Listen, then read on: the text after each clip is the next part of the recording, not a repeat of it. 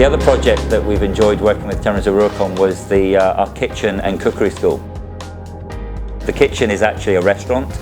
We call it the kitchen because it has an open kitchen, and it's linked to a cookery school.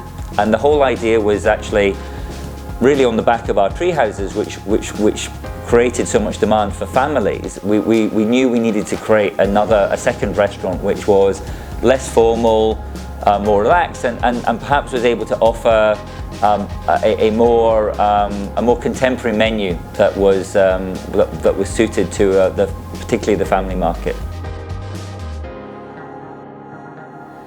We did a lot of public engagement with local residents.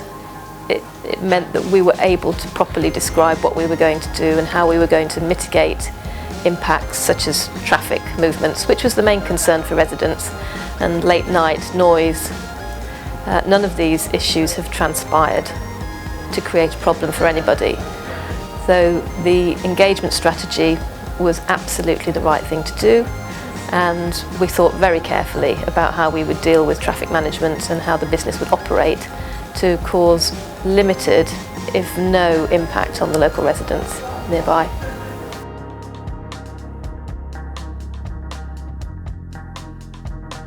And the first step for me and the team was to start to develop the client's vision into more of a meaningful brief.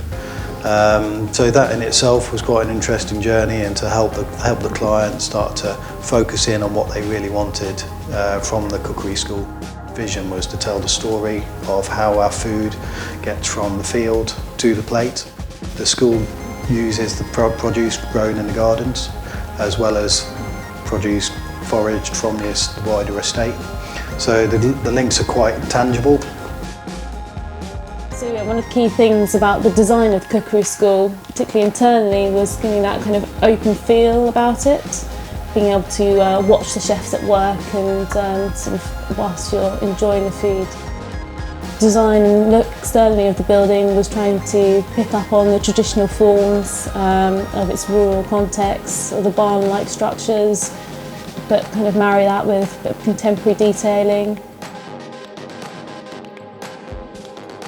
You arrive into one main body of space. The apex of the roof's exposed, which leads the eye down towards the cookery school, trying to create that focus there. You have the cookery school bookending that end, and then you have the main bar sort of reception area bookending the other.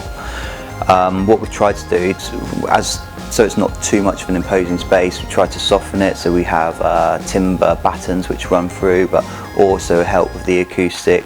Roof lights on the rear side help to bring natural light and ventilation into the space and everything, and just try and help with the ambience of it. As we're designing it, the lighting, knowing that it's going to be occupied at different times of the day, was really important. So where we can, we've got as much natural lighting as we can, big bifolds which open up to the patio on one side.